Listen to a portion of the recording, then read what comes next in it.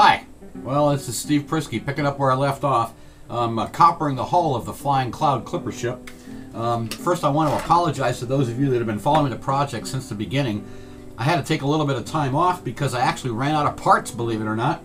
I thought that I ordered enough of the copper plates to copper plate the hull of the ship model when I started the project. That I was told it was going to take about 400 copper plates. But I ran out after I used those 400, and as you can see, only about a third, maybe less than a third of the hull has been copper plated. So it took quite a while for the manufacturer to provide more of these copper plates. I showed this in an earlier video when I first started this project. I'll show these close up here in a second. These are copper plates that I got from Blue Jacket, as opposed to Model Expo, which is the other source for copper plates for hulls of ship models. These are incredibly detailed. They're super detailed, and they're really fine and thin. They're photo etched brass. And as I said, I'll show here in a second the close-up of all the rivets and so on. So that's why I chose these. However, after recommending them in the original video that I did when I started the project, I got to caution you, these are awfully expensive. And if it's going to take you as many as it's taking me on this ship model to copper hull your model, you better really make, it better be worth it to you, because it's going to cost me about $250 just for copper plating the hull.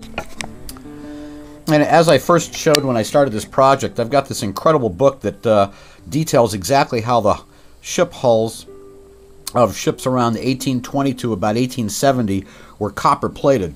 And in this one there's a comparison between the traditional kind of curved hull ships, the East Indiaman, and some of the warships that were being manufactured in the early 1800s compared to the sharp raked bow of a clipper ship. And there is a real distinct difference in how these are copper plated, with the copper plates being wrapped along the stem of the ship and the keel. So that's exactly what I've tried to replicate in doing. Here again we can see the false keel and the real keel of the ship and the copper plating over them. Now that's what I've done here on the Flying Cloud. This was actually the most laborious, and I'm sure the rest of it's going to be an awful lot easier. But copper plating the hull along here, you can see along the false keel and the keel. I actually like how these copper plates wrap around things because they're so thin. They tend to show every single undulation. You got to make sure that the hull is finished and really smooth before you start copper plating it with these copper plates. Now here's the difference. The copper plates that you'll see on some of my other ship models and the ones that are available from Model Expo look like this. They have the copper rivets around the outer perimeter of the copper plates, which is fine, and they certainly look authentic from a distance, but this is amazing, the difference. You can see the literally dozens of what are replicated rivets or holes from the nails that are used to put these in place, and as you can see, that's exactly how the book here depicts these copper plates that are being used on clipper ships in the era of the Flying Cloud.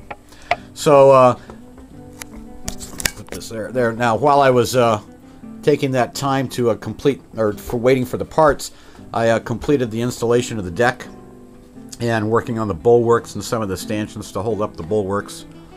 Also completed the aft handrail on the raised quarterdeck. This all taped up right now with this reflective green tape so you can't see it.